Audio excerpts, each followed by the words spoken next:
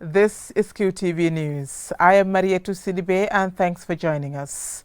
Coming up, President Barrow is among 40 African heads of state in Sochi who hear about historic ties between Africa and the former Soviet Union and the prospect for future links between Africa and Russia.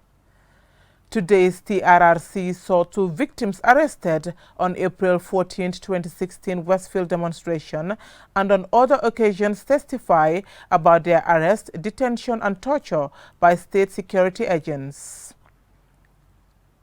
A former orderly appears in the High Court as the second prosecution witness in Yankuba Touray's murder trial. The family of a slain former finance minister called a press conference to defend his name and continue to ask for justice and the truth about his murder. For more on these and other stories, stay tuned.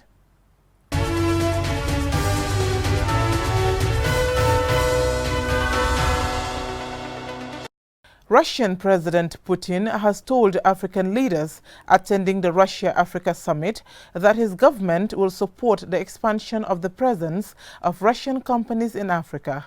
Aliou Cisse reports. Addressing African leaders, including President Barrow, at the opening of the maiden Russia-Africa Economic Summit on Wednesday, President Putin said his government is committed to fostering closer cooperation with Africa.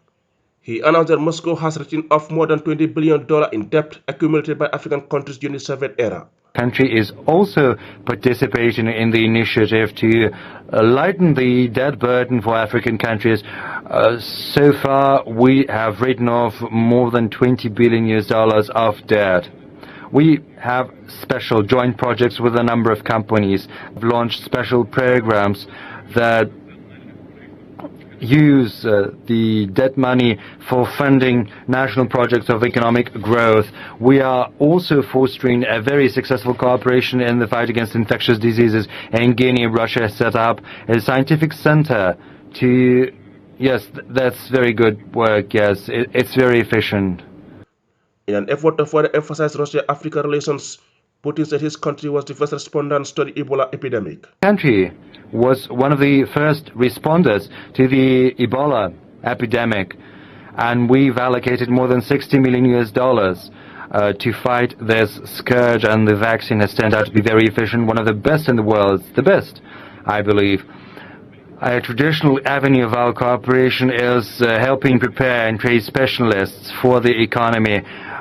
By mid-1980s in Africa, our country had built around 100 educational institutions in Africa.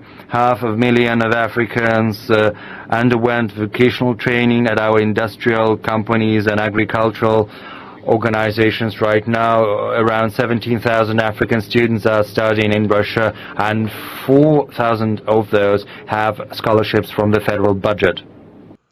Egyptian President and African Union Chairman Abdel Fattah el-Sisi thanked President Putin for creating a platform to develop Russia-Africa relations for the mutual benefit of their people. We highly appreciate the attention that is given in the Russian Federation to strengthening the cooperation between Russia and Africa, and we regard the forum as the platform to develop the relationship for the mutual investments and the cooperation between the two peoples. He emphasized that Africa has done a lot in terms of economic and social reforms, including the All-Africa Free Trade Agreement. I'd like to call upon the international financial organizations to take part in funding the efforts to promote the economic growth of Africa and to provide financial assurances for strengthening its economic capacity that might promote investment activity. And we pledge to provide optimum conditions for implementation of the development programs that will help Africa to embark on the way of progress and well-being and stable development. Russia and African countries will be looking forward to the implementation of various individual joint agreements. Reporting for QTV News, I am Aliou Cisse. Two victims arrested on April 14, 2016 Westfield demonstration and on other occasions on Thursday appeared before the Truth, Reconciliation and Reparations Commission to testify on their arrest, detention and torture at the hands of state security agents. Babukar C. reports. Fatu Kamara recalled the April 2016 incident while she was on her way to attend a marriage ceremony. At Westfield, she said she saw a crowd in which she recognized UDP members. Curious, she decided to go and inquire about the purpose of the gathering. Moments later, they were arrested by paramilitary officers and taken to the PIU headquarters, processed and proceeded to Mile 2 Central Prisons, where she and other UDP members were locked up. She accused the officers of denying her food to break her fast on the fateful day while in detention. She explains that she was later taken to the NIA for questioning about who is behind the protest, clarifying that she was not part of the protesters. The NIA, she said, tortured her while they forcefully covered her head with a bag. Some got hold of my legs, some held my hands. I was lying on that table. They beat me up and beat me and beat me until I fainted. I fainted. I wasn't aware of anything. After sustaining injuries due to the torture, she narrates that she was later taken to the hospital with Nogoi and Fatoumata K. Jawara to receive medical treatment.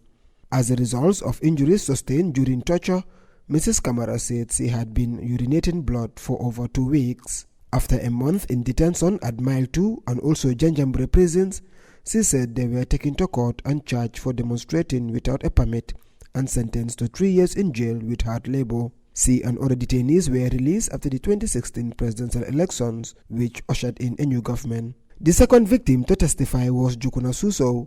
She began her testimony by recalling the incidents of the 1994 coup, the 1996 attack of UDP supporters at Denton Bridge, and the April 2016 protest. In 1996, before the presidential elections, she recalled seeing UDP militants with lacerations in their bodies. She said dozens of those victims were treated in both Dr. Caesar's clinic and Ousainou Darboe's house. In April 2016, after being informed that Solo Sandeng is dead, she said she joined Ousainou Darboe on a peaceful protest demanding for the release of Solo Sandeng, dead or alive.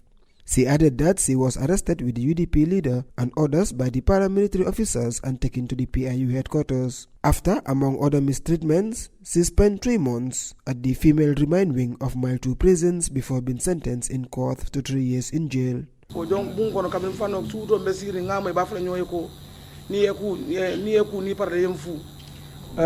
the night, I heard them saying, if you take bath, you give chance to me to go and take bath. So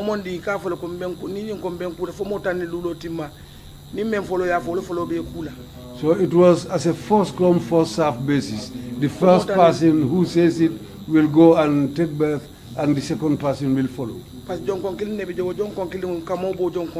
Because there was only one restroom where the toilet was also situated. If you are taking bath, if somebody wants to go to the toilet, you have to come out with soap and let that person go to the toilet. If that person is ready, you go back in to go and complete your bathing. Babukar C, QTV News. Ensa Mendy, the second prosecution witness in the murder trial involving former AFPRC junta member Yankuba Touray, on Thursday continued his testimony at the High Court in Banjul. QTV's Ansumana Esonyasi reports. Following the court's adjournment of the matter on October 22nd, the case against former AFPRC junta member Yankuba Touray resumed at the High Court before presiding judge Justice Ibrahima Jaite. Continuing his testimony, the second prosecution witness, Ensa Mendy, told the court that he served as an orderly and personal guard to the accused for 7 years. He recalled the accused ordering him and his guards to go on patrol around the beach on suspicion that a certain boat with enemy forces was expected to anchor. Testifying further, Mendy told the court that upon returning to the accused person's residence, he saw him coming out of the sitting room. He alleged that the house was untidy, adding that the floor was wet and that he saw burns on the side pocket of the accused person's uniform, which was lying on the floor. Asked by the State Council what time they returned to the residence, the witness said he cannot say the exact time, but he believes it could have been around 2 a.m. Furthermore, Mendy also told the court that when they arrived at the Ministry of Local Government and Lands the following day, he had rumored that the former Finance Minister Ousmane Koro Cisse died the night before in mysterious circumstances. He went on to add that many allege he was killed at Touray's house. The presiding judge, Justice Ibrahima Jaite, adjourned the case to the 14th of November 2019 for cross-examination of PW2 by Defense Counsel Abdoulaye Sissoko. Ansumane Sonyasi for QTV News. The family of former Finance Minister Ousmane Koro Cisse say they will maintain his good legacy. Ousmane Koro Cisse was murdered in 1995, allegedly by some members of the then military junta. Momodu Gajaga reports. Speaking on behalf of the family at the press briefing on Thursday, Nafi Cisse, sister of the late Koro Cisse, says despite being brutally murdered, her brother's legacy lives on. Nafi Cisse described her brother as a man with discipline, integrity and humor. Koro's image, she added, cannot be tainted by anyone. This came in the wake of former AFPRC Junta Vice Chairman Edward Singate's testimony at the TRRC, where he suggested Koro's death might have to do with money sent from Libya meant for the Casamas rebels. Mostly about, again, like I said in the statement, not the way Koro died, but the way he lived. But as his family, it is our responsibility to make sure that we maintain his character in his absence, okay? And for somebody who is an unremorseful psychopath, to insinuate that Koro was probably involved with the rebels or was probably killed by the rebels, I would say that that's a new low, okay? It's a new low, but then again, okay, this is a guy who does not have a moral compass. So his low is a bottomless pit. Nafi also says her family have charted a new pathway to live on even after the horrific death of their brother. On whether the family were expecting anything different from Mr. Singate's testimony, she says they never had any high expectations of Edward's testimony. We were not surprised. Let's just put it that way. We were not surprised by this. Now, it would have been nice and it would have been great for somebody to come out, you know, and tell the truth. And because repentance includes telling the truth first, right? Before we heal, we need to know the truth with the person, and then you move on to healing. You can't jump from let's heal without getting to know the truth. On the TRRC process, she asked for patience, saying, justice delayed is not justice denied. The TRRC, she says, is a process. As Koro's family, we believe in it. We want to give them a chance to look through everything and make their assessment. So we think that the Gambian people should definitely give them a chance too. So us not having expectations is something that our parents taught us a long time ago. It is independent of what's going on right now. The family have set up a foundation to maintain Koro's legacy by giving free medical services and providing support for students over a 4-year period. Although the family might be strong in preserving a legacy of a loved one, the question, who killed Koro, will continue to reverberate in the hearts and minds of those who stand for truth and justice. Momodu Gajaga, QTV News. We will go with a short commercial break. When we return, we hear about the commemoration of White Cane Day to raise awareness of the partially sighted. And we also hear about training for students on respecting human rights. Do stay tuned. Save up to 50% energy with the new Samsung side-by-side refrigerator. Samsung air conditioner comes with HD filter and antibacterial for your protection. Save time and effort by using our washing machines, loaded with innovative features and offers superior cleaning technology. Check out our different ranges of smart mobile phones and tablets in both single and dual SIMs. Visit us at the QCell Building, Kairaba Avenue, or at Brusubi Turntable. Call 3333 or email us at info@qnet.gm. Remember, you have 12 months manufacturer warranty on all products. Samsung. Imagine.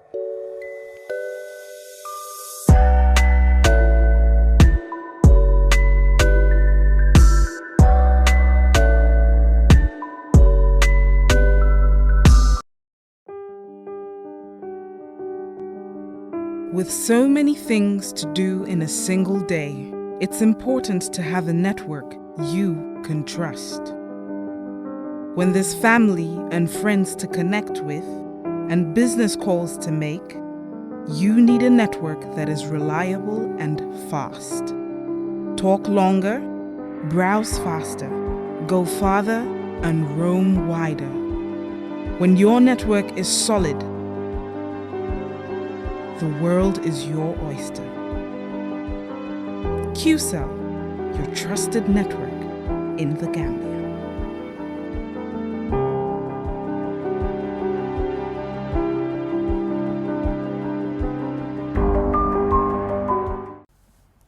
Welcome back. An organization called Bekanyang, which means Equality for All, on Wednesday held a lecture on human rights for students of Charles Jau Memorial Academy. Alusise reports. The public lecture seeks to expose the students to their responsibilities and what their fundamental human rights are. It comes at a time when the country's Truth Commission is looking into alleged historical human rights violations. Famara Jaune, Executive Director of Bekanyang, said the fundamental human rights of people are guaranteed under the Universal Declaration on Human Rights, including rights to life and equality. In 1948, after the Second World War, world leaders gathered at the United Nations in New York and developed or adopted the Universal Declaration of Human Rights, which has actually 30 articles. The booklets explained to you the 30 rights that you have, not only as students, but as human beings. The number one right of the Universal Declaration of Human Rights is that we are all born free and equal. Because we are all born free and equal, we own our own thoughts and our own ideas. We should all be treated in the same way and manner. Jaune, who is also the country coordinator of Human Rights International, added that the event is part of efforts to build a culture of human rights practice among the students. We all know very well that during the past 22 years, we've witnessed gross human rights violations in this country, as we've been seeing from the witnesses and testimonies of TRRC. This happened because we had no culture of human rights in the Gambia. And today, when we have organizations like ours engaging students like you, its objective is to ensure we build human rights culture in this country.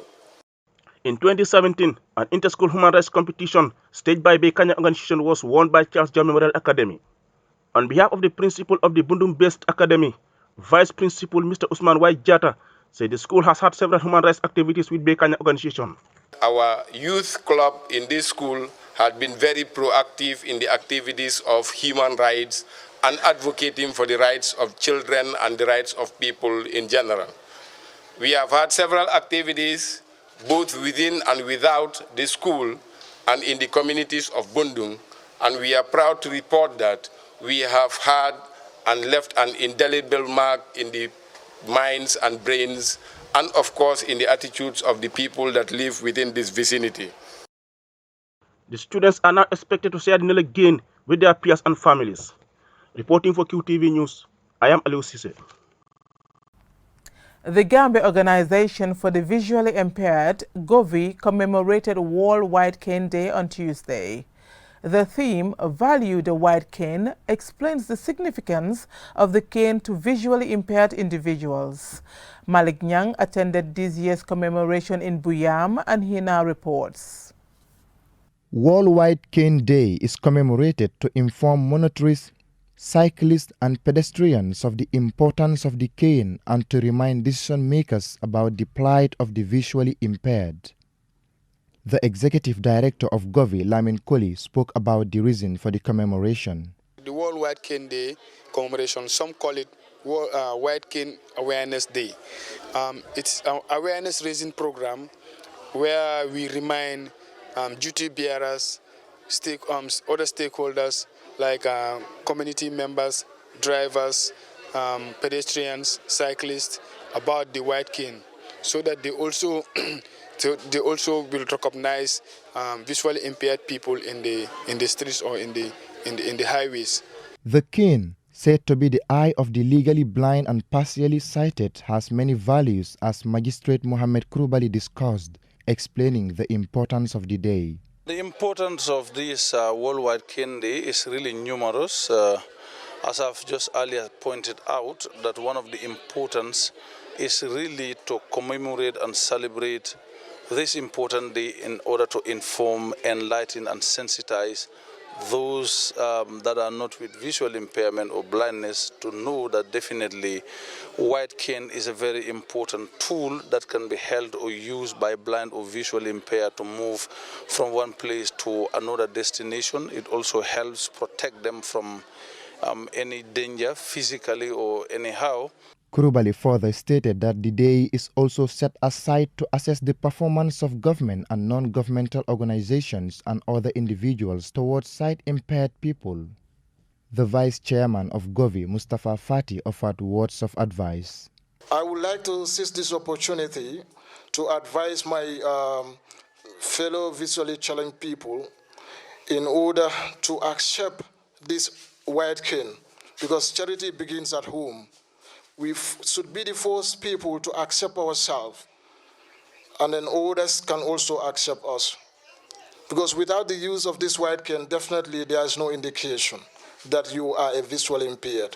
But so long as you are using it, it can easily indicate people that, oh, okay, this is a visually impaired. The commemoration of Worldwide Cane Day has been set aside since 1981 by the UN General Assembly to be observed on October 15th every year. Govi holds series of programs for people with visual impairment to embolden and positively enhance their living situations. The commemoration featured drama entertainment by visually impaired individuals on the importance of the white cane and society's perception towards the legally blind and partially sighted people. A song titled Sunu White Cane Day, meaning Our White Cane Day, was sung to add to the joyous occasion.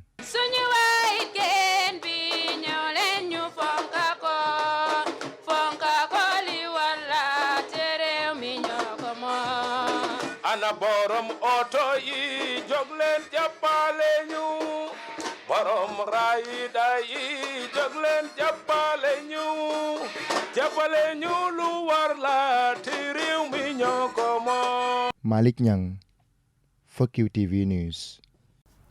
An accident involving a fire and rescue services truck and a fuel tanker has left one driver hospitalized. The accident happened at Yarambamba on Tuesday afternoon when the fire and rescue service truck was on the way to an emergency operation. Babukar Sise reports. The accident happened at around 1 p.m. at Yarambamba Housing Estate while the life-saving fire services truck was on an emergency mission to recover the remains of a suspected baby dumping incident at Willingara. According to information received from Pate Jiba, the PRO of the Gambia Fire and Rescue Services, the driver of the fuel tanker, who was heading in the same direction as the fire truck, deliberately decided not to give way, even though the fire siren was loud and clear. This, the PRO said, consequently resulted in the fire truck accidentally hitting the fuel tanker. The impact was so severe that the fire truck was rendered out of service and the mission to rescue a poor baby allegedly dumped could not continue. The fire services driver sustained leg injuries, but luckily no one died. The PRO of the Gambia Fire and Rescue Services, Pate Jiba, advised drivers and other road users to pay attention and give way to the vehicles of the fire and rescue services.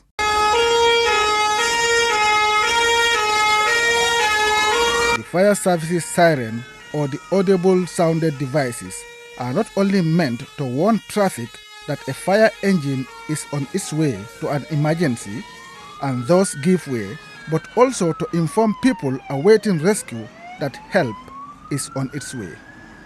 The Gambia Fire and Rescue Services have been standing firm in making sure that they save life, render humanitarian services, assist in the protection of the environment, and protect the destruction of property by fire.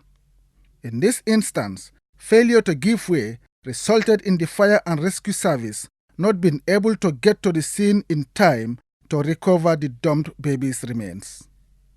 Babukar Sise, QTV News. Before we end this bulletin of the news, let's take a quick look at our main stories. President Barrow is among 40 African heads of state in Sochi who hear about historic ties between Africa and the former Soviet Union and the prospect for future links between Africa and Russia. Today's TRRC saw 2 victims arrested on April 14, 2016 Westfield demonstration and on other occasions testify about their arrest, detention and torture by state security agents. A former orderly appears in the High Court as the second prosecution witness in Yankuba Touray's murder trial. The family of a slain former finance minister called a press conference to defend his name and continue to ask for justice and the truth about his murder. That's all we have for you in this edition of the news. Join us tomorrow for more news. Thank you for watching.